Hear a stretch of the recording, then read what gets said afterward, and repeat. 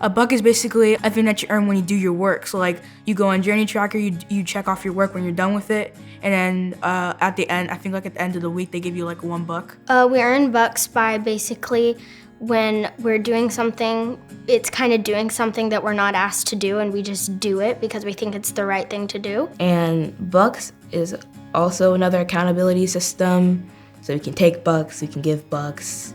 You can take bucks for not doing CO maintenance. You can take bucks for abusing tech policy. So it's basically kind of putting our contract in motion if people like abuse certain things on the contract. We have a studio contract, and if you break anything on our studio contract, you get asked a buck, or asked a strike or a warning.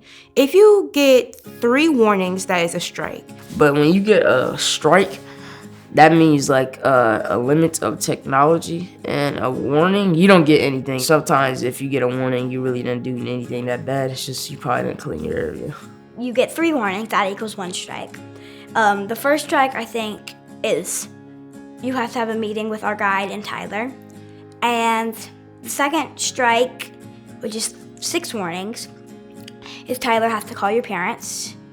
And then the third strike, I'm pretty sure you're expelled for the third strike. Things that are not followed on the contract, if you do something to a fellow hero, they can come and say, hey, Miss Amber, I want to give so-and-so a warning because he didn't follow Rule 3, he did whatever. And they get 3 warnings before they get a strike.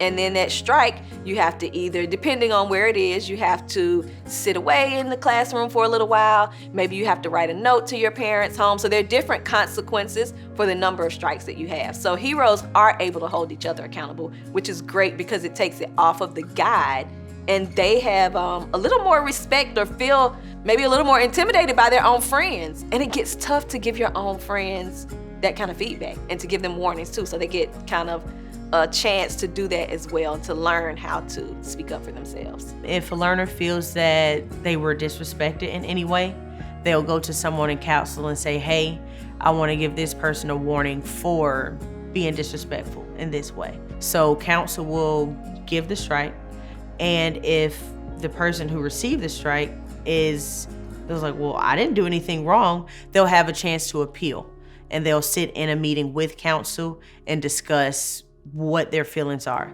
And if council agrees, then they'll take the strike away. If they disagree, then the strike will remain.